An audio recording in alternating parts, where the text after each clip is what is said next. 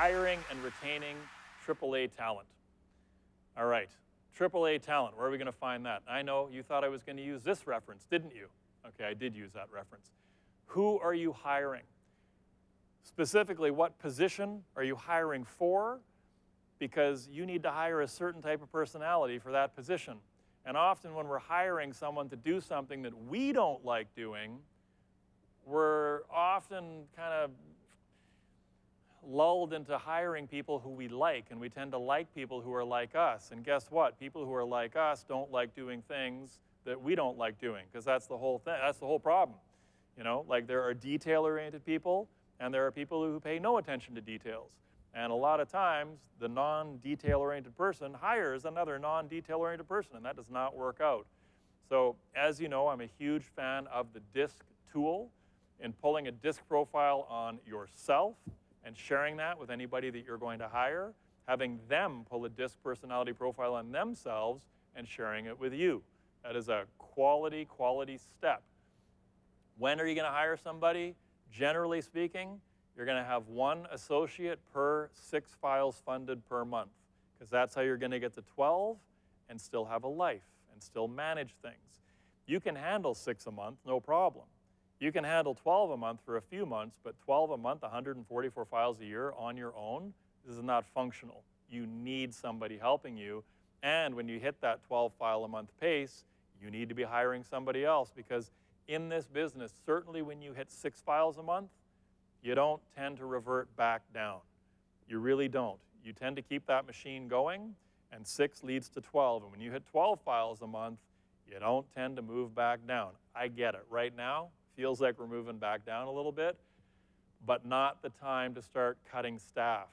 More the time to start repurposing them and trying to do what you can to get the machine back in gear if the machine is not in gear right now. You have to think about where you're going to place your staff. You know, are they going to be in an office? Are you in an office? Are they working from home? Are you working from home? What is this actually going to look like, and what's it going to cost? What's it going to cost to house the staff member? What's it going to cost to set them up with technology? Are you trusting them to use their own computer with client files? Do you want someone accessing your client database on a computer that 3 kids are also doing a bunch of gaming on and everything else? You know, there's technological costs, there's the real estate costs, and then of course, there's the actual cost of the person. And people cost more. They cost more than they've ever cost before. That's just a fact of life. Inflation, you might have heard, right? We'll hear even more on January 17th, coming up soon.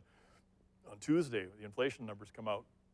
And wage inflation is real. It's in full swing. So what have you actually got to pay somebody? And we're going to get into doing a little bit of math on some of that. And why are you hiring somebody? I mean, how many hours a week are you actually working? How hard are you actually working? How effective are you inside those 40 hours, right? Are you working 40? Are you working 60? Are you working 80? What are you actually working? And again, the disc, right? Understanding that there's personalities who want to do it right, who want to just do it right now, who want to do it in a way so that everybody feels that they've been included and that they're loved and that they feel supported. And oh my gosh, let's get going, come on. And then there's people who want to do it together. They just want to bring everybody in. Like, oh yeah, I'm going to have a party. I'm going to invite everybody I've ever known in my whole life. There's like that wide variety of people. And none of us are all one thing. But as I say, when you're hiring for certain roles, you need to have people who have a strength of personality in certain areas. So you've got to pay a lot of attention to that. And identify the role. Can you actually write a detailed description of what you want done? And hang on, could you outsource most, if not all, of the duties on that list that you just wrote out? Should you hire a contractor? And if you're going to hire an actual employee and you're going to have a staff member, can they be licensed? Because if they can be licensed, depending on the province you're in, they can potentially be incorporated, and that can be a good thing for them too. Now they're not really an employee, now they're a contractor. And they control their CPP, they control their destiny, they control a lot more of their future. Once you're clear on the role, can technology solve for this, right? Are you hiring someone to write content, or are you using AI to write that content? Are you willing to actually give up the control of these tasks, right? Are you actually willing to release the control of the underwriting? Are you going to get right back in there every time there's a slightest hiccup and be emailing the underwriter directly yourself? Or are you going to trust this person you've hired to be your underwriter to actually underwrite the files themselves? And are you hiring rather than outsourcing to just maintain control in a different way, where you're still going to micromanage the living heck out of that person, right? Where you're going to actually, I mean, I can't imagine this, but there's actually people out there who hire staff and then monitor their inboxes. That's just the weirdest thing to me. I mean, if I got people working for me, the last thing I'm interested in doing is reading the emails they're sending. I would never want to read them. Why? Because they don't communicate the way I communicate, which in a lot of cases is for the better. That's actually a good thing. But I'm going to look at what they've written, and I'm going to want to fix a typo. I'm going to want to change a grammatical error. I'm going to say, oh, I don't think you really communicated it that clearly, says the guy who doesn't communicate things clearly himself in many instances. So I would just never even look at that. But there are people who are such control freaks, hiring someone really isn't going to be a help to them at all. It's really not. Is this hiring that I'm doing, is this really the smart play? Am I better off to outsource, outsource, outsource? And on the tech side, if tech is a solution, will I actually build this app, this tool, into my process and systems? For instance, blog posts are really easy to post. It's not that difficult to log into WordPress, create the whole piece, schedule it, hit post, whatever. It's not that hard to post, but easy doesn't equal done. There's a lot of things in life that are really easy to do. It's really easy to put my gym clothes on and drive down to the gym. That's the easy part. But the workout, that's a little more of a story, right? So it doesn't equal done. And look at that AI conversation we're having, right? Or more importantly, pull out your credit card statement and have a little look. How many apps are you paying for on a monthly or annual basis that you haven't opened in so long your phone has already let them go, but you're getting that bill, $8, $10, $20, $100 for an app you're not even using anymore. So, is tech really the solution? And if an outsourcing solution, am I better off to pay as I go, right? Take it for a test drive. Take the employee for a test drive. And potentially, could you take over this person's available hours? You can test drive a contractor, outsource to somebody, and if it really clicks, maybe you scale up and you wind up taking over all their underwriting hours, right? Most brokerages, the bigger brokerages, have an underwriting desk. And I mean, I walked through this math just the other day. I've been walking through it for 4 years now with multiple brokers, and they want to go hire an underwriter. And they're going to pay that underwriter. Let's say they're going to hire a grassroots, ground-level person that knows nothing. So they're not really hiring an underwriter, but they're going to build an underwriter, which is a whole nother, right? Oh, I've gone down this road. No, right? You can do that. So you hire this person, say $50,000 a year. If you're only closing 50 files a year, that's $1,000 a file. If you're closing 100 files a year, that's still $500 a file. That's more than most of the central underwriting units charge to underwrite a file. Our central underwriting unit is staffed by experts who've underwritten 200 plus files a year for more than a decade. Like, these are incredibly experienced experts. People don't like working with them, though, because they lose control of the file. That's the whole point. Hand it off, let them do their thing, give them the documents they ask for, and get it done. And, again, if you're going to hire, make sure you apply the DISC tool. Know what you're buying. Understand what you're buying. And understand what the fair market compensation actually is. And do the math, all the math, right? If you're actually hiring an employee, you've got to pay half the CPP on top. You've got vacation pay. There's a number of employment standards that you're going to have to meet. And are you supplying the tech? And are you supplying the space? What does this look like? like I say, 50 files a year, a full-time underwriter at $75,000 a year, because you've actually hired somebody who knows what they're doing, which is the smart hire. That's $1,500 per file. That's more than triple what most underwriting desks charge, and those just charge pay-as-you-go. No tech, no office, no ongoing. You could send them half your files. You could send one file in 10. You could send them all your files. It's just weird to me that people want to pay somebody $1,500 a file to underwrite for them. You know, and by the way, the difference between good to great is what? It's often 10 grand a year. It's often 10,000 bucks from getting someone who's good, 65 grand a year underwriter, to someone who's great, 75 grand an underwriter, and maybe in your market, it's 75 to 85, 85 to 95. Maybe it's 55 to 65. The markets all vary, right? But that's often the difference. You know, just that little bit extra. It only costs a little bit extra to go first class. And here's a few more hiring questions, which I'm not going to walk through, right? As I said, I'll send the deck out. If you want to take a screenshot of this one, take a screenshot of it. If you're thinking about hiring, what is it, like Command Control 4 or whatever, take a screenshot of this, because there's a laundry list of questions that you need to be thinking about before you just go out and randomly hire somebody. All right, I'm going to move along from that slide. Staff are humans. What does that mean? It means you better budget at least $100 per file moving forward for mistakes.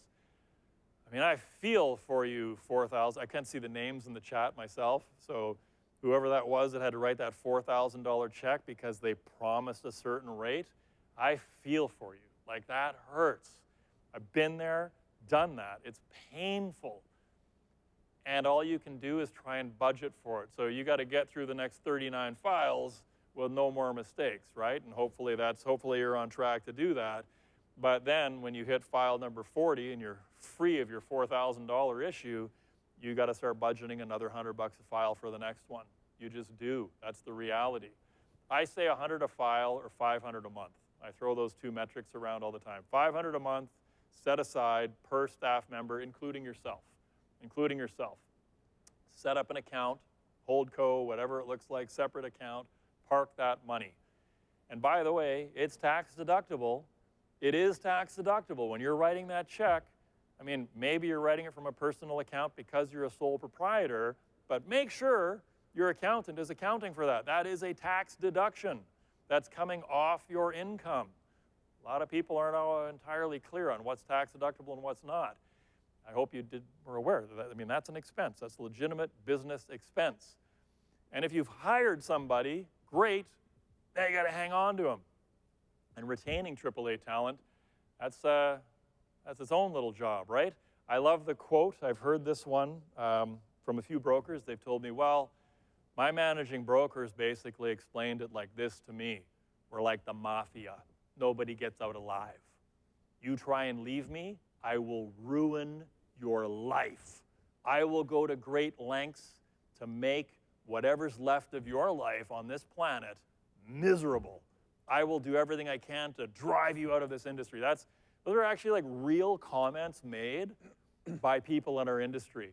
And those people aren't hard to figure out who's who in the zoo, but unfortunately for a lot of brokers, they don't ask any questions of anyone.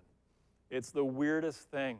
Broker owners, you know, they compete, they do the whole recruiting thing, and it's just hilarious because they never check references.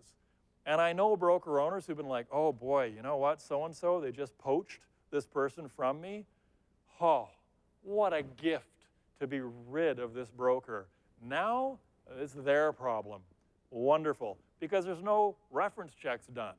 Like, everyone just assumes they're poaching a winner. You know, check references. And the flip side is true. As an agent, as a sub-mortgage broker, who are you going to work for? Who are you going to work for? Ask people inside the industry. Ask around. What's this person really like? Because again, begin with the end in mind. It might be really rosy looking on wedding day, but not all weddings last forever. About half of them don't last forever. What's this going to look like on the day we have to break up? What's this going to look like? You know, it's like they say, you marry crazy, you divorce crazy. That's how that winds up going. And I don't subscribe to one side or the other being crazy. I think there's just bad communicators, largely, right? But there's other options other than fear to retain AAA top talent that are a lot more effective, like the culture word, right? Culture. How do you define culture? Look, culture can be kind of challenging when it's a company of two. A culture of two isn't really that easy. The power imbalance is real, right? You're closing 50 million a year, that's 500,000 gross. And you're trying to pay somebody 55,000 bucks to help you make 500,000. And that can be challenging because, of course, that underwriter is asking themselves every single day, why can't I just pick up the phone and make 10 calls myself? Why can't I do that? Why can't I do that? 500,000, 55, you know, the power imbalance is kind of real. And so the culture of two, it is a little tricky. And it's hard not to become friendly. It's hard not to become familiar with the people you're working with. But you got to try and keep a little bit of separation in there because you own the business. Your staff do not. You own it. And that's the reason you will go to the end of the earth, because it's your company, it's your reputation, it's your thing, it's the thing you're trying to build. And it isn't really about the money, is it? It's all about the reputation. It's all about the reputation. And that's why you will go to the end of the earth over and over and over. And occasionally you'll question, I just don't understand why my staff isn't willing to stay until 9 o'clock on a Friday night to make sure these files get underwritten and across the finish line. I'm staying here. Legitimately hear these things said by broker owners. It's like, well, yeah, dude, like you're closing $20,000 worth of commission. What are you offering to this person to stay late for an extra 4 hours on a Friday night in July, right? Like they got a lot better things they could be doing with their life than hanging back and earning an extra 25 bucks an hour, assuming you're even actually paying them for that. So keep in mind that power imbalance, right, is very, very important. And keep the compensation current. The number one way in 2023 that the majority of people will get a raise, they will quit. That is the number one way they will get a raise. We like to pay new people more because why? Because new people are shiny and fancy looking. So we pay new people more than we pay the people we've had for 10 years. The loyal people who've been with us for a decade, grinding it out, putting up with our craziness, we're not willing to give them the kind of raise that we actually would immediately impose on bringing somebody new in, which is kind of crazy. It's kind of not the right way to think. So I think this is perhaps one of the most important slides. If you've got rock star staff and you've been giving them a 2%, 3%, 4% cost of living raise for the past, 7 years, this is the year you better pull out the stops. You better really level up. And we did that internally a year ago, and it's, paid dividends. It's absolutely paid dividends. We have very, very, very low turnover. And what will it cost? This is a very important question to ask yourself. What would it cost me to replace my key staff members? What would it actually truly cost? What would I have to pay someone new to come in? And how long would it take them to get up to speed? Probably a full 90 days at least. And so ask yourself every 90 days or so, am I current with the market? If I lost this person, how bad would that hurt me? And what should I do? I mean, I remember giving my underwriter a raise without being asked. It just was in my mind like, wow. I mean, I don't need to be told twice. I don't need to be told once. If this person were to leave, I would really be in trouble right now. Like, we are on a bullet train, and if the person steering this thing, well, okay, he's going to steer a train, but you know what I mean. If the person laying the tracks in front of the train suddenly takes a day off, I'm in trouble. If they quit and they go somewhere else, I got a problem. This train's going to go right off the tracks. So I gave them a raise just on my own, just thinking like, I got to cover my butt here, right? But ask quarterly. And again, do you want to be in an office? Do you want to be in an office environment? Do you want staff in that office with you? Or do you want to work from home? Has that become your new jam, right? I've been forced to work from home for the past 2 years, not loving it. It's not going to last. But that's me. You might like working from home, but then again, do you want your staff to work from your home or from their home? And I know people who've turned their entire basement suite into an office, and they've got 2 or 3 staff that come in and work out of the office, and they've got the kitchenette and the bathroom and the whole 9 yards, and that whatever works for you, whatever works for you. But make sure that you're all kind of on the same page. And again, given the change and everything that we're going through right now, it's never been more important to get really clear on that. Some people absolutely want to work from home. They'd love to just continue doing that forever. Others cannot wait to get into an office. So you might have a key staff member who is working from home right now, and you're working from home, and you think everything's amazing. They actually really miss going to the office. And if somebody offers them a role for the same wage, but it includes an office environment, you might lose them to that. Because it isn't really about the money. It isn't really about the money. The money only lasts for a little while. That's like a campfire. You're warm and cozy. Oh, bigger flame, a little warmer. But, you fade. The fire burns out. The money only lasts for a little while. And again, key point of retention. Have you documented your expectations for this person? Have you actually written down, these are the things I need you to do.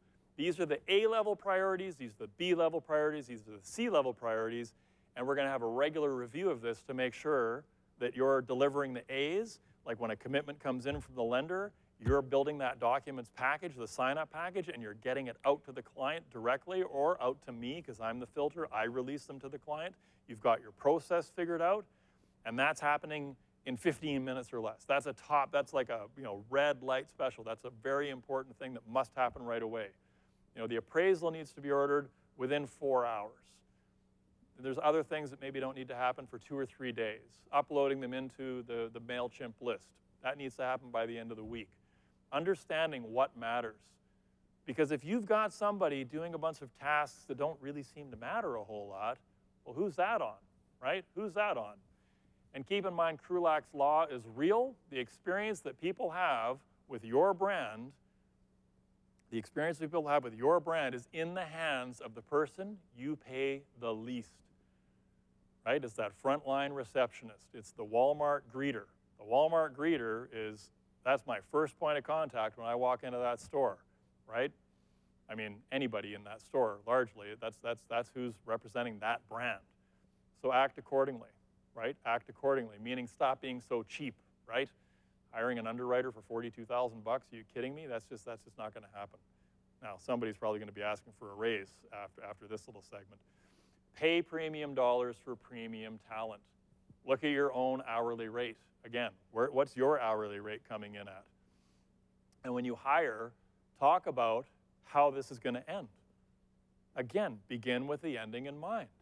Document how it will go, the tasks, the hours, etc.